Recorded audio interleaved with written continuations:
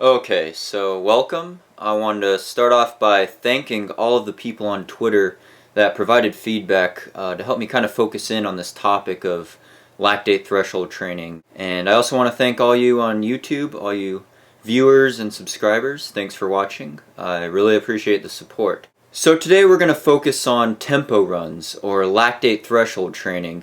And I want to kind of focus in on the specific intensity or pace that you're going to run these workouts at, and then also give you some real life examples that you could use in your training.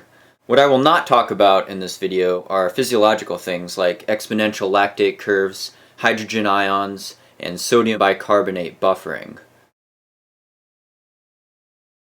So a lot of times different coaches or different training programs will kind of just throw out all these different terms. There'll be tempo runs, lactate threshold, threshold training, anaerobic conditioning, and a lot of times people get kind of confused from that, but essentially those terms all kind of refer to the same pace range. It's kind of the same training stimulus. So in this video I'm going to say tempo run or lactate threshold, and it's essentially going to mean the same thing, so forgive me if I use them interchangeably. To quantitatively define this pace range, you're working at basically 80 to 90% of your VO2 max, or about 85 to 90% of your maximum heart rate.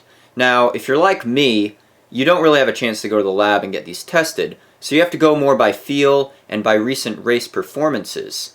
If you've ever run a 15K race, that is a pace that is really close to your lactate threshold. If you haven't run a 15K, you could look at your 10K road pace or track pace and add about 10 to 15 seconds a mile. So it's kind of a pace range in between your half marathon race pace and your 10K race pace. And that's going to vary depending a little bit on the weather and how you feel on a particular day. So it's kind of an art and a science to zero in on that specific pace that's going to give you the best stimulus of training your lactate threshold. So a lot of runners, myself included, run these tempo runs at a too high of an intensity. We run them way too fast. We're kind of overachievers. And if you basically find yourself running so hard that you can only mutter single syllable words, perhaps expletives, or if you start tasting the metallic, penny-like copper whatever taste of the lactic acid accumulating in your bloodstream,